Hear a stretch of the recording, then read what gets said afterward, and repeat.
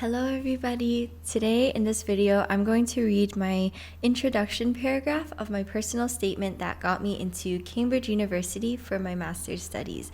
So I applied to the Education Masters in Philosophy and I got into Homerton College. So Cambridge has many different colleges and you get to choose which one you want to enroll in. And I chose Homerton because it's like the education school. And I was so excited to go. It was such a beautiful looking campus, even though I only saw them on Google Maps. But I applied to 4 schools: UCI, Harvard, Cambridge University, and Oxford.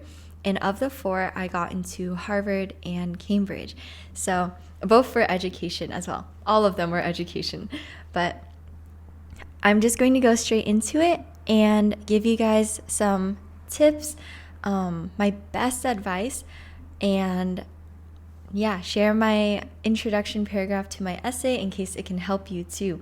Because I remember around this time when I was writing my own application, watching videos really helped me just see that somebody has gone through it and somebody has done it. So yes, I've also been a writing tutor for about 8 years now. So I feel like I have a lot of good tips that I hope can really help you. Okay, so this is the introduction paragraph. Before I go into it, I just want to preface it with saying that the introduction paragraph is a great opportunity for you to illustrate the world that you came from and the world that you lived in that nurtured you or challenged you.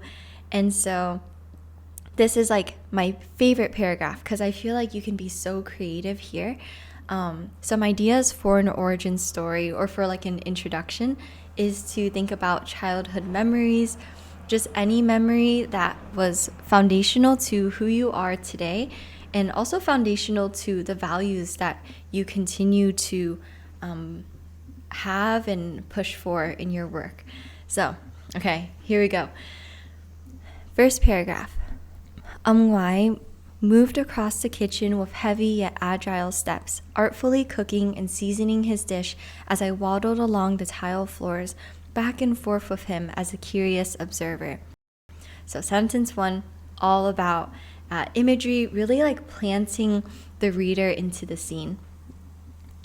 No great help as a sous chef, I translated this culinary symphony of heritage, care, and incredible flavor and nourishment into post-it note drawings depicting him and I enjoying Vietnamese food together at the kitchen table. So again, a lot of imagery, but also making meaning of that imagery. What does that memory feel like to you? Growing up as a second-generation Vietnamese American meant that I had to become fluent in unconventional modes of communication, navigating spaces by which my grandparents and I could understand each other without perfect fluency in English or Vietnamese. So here is where you could talk about your identity, whether that be the state that you're from, the country that you're from, your generational identity, whatever means whatever feels important for them to know about you and how you move about the world. Okay, so, and then next sentence, my grandpa and I were able to communicate through creative mediums of cooking and drawing, an imaginative process that requires dedication and letting go of what the right ways to communicate were.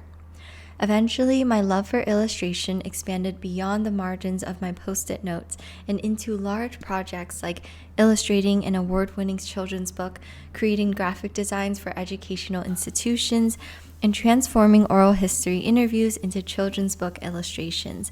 So here's where I list out my major involvements that I feel are important to me, but also very applicable to this field of study. My interests in art and education, and that was the major, are rooted in storytelling done in various modalities such as illustration, oral history, and zine making. These experiences cultivated my desire to help people understand each other and themselves through imaginative and creative ways. So over here, you can screenshot it if it's helpful, but also I'm going to link it below. I have a worksheet that can help you identify what your main values are and what your mission in this world is. And that final sentence was the mission statement for me. It was who am I and what is it that I really want to do?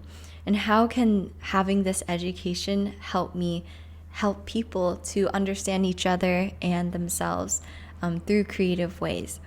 So that was a sentence by sentence breakdown, but I really encourage you to fill out that worksheet just like on your own. You can print it, download it as a PDF, however you'd like, but I feel like the prompts on that worksheet are really valuable.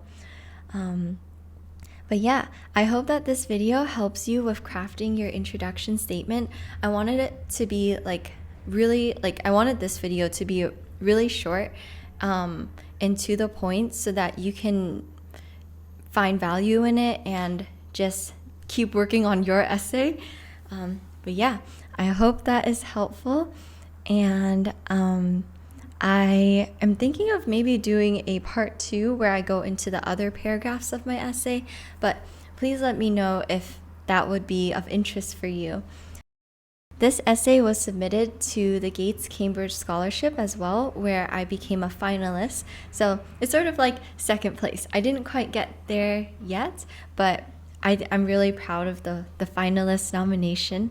But I did get accepted into Cambridge for their master's program. So I am very proud of this essay and I hope it helps you too. But I'll see you in the next video. Bye bye.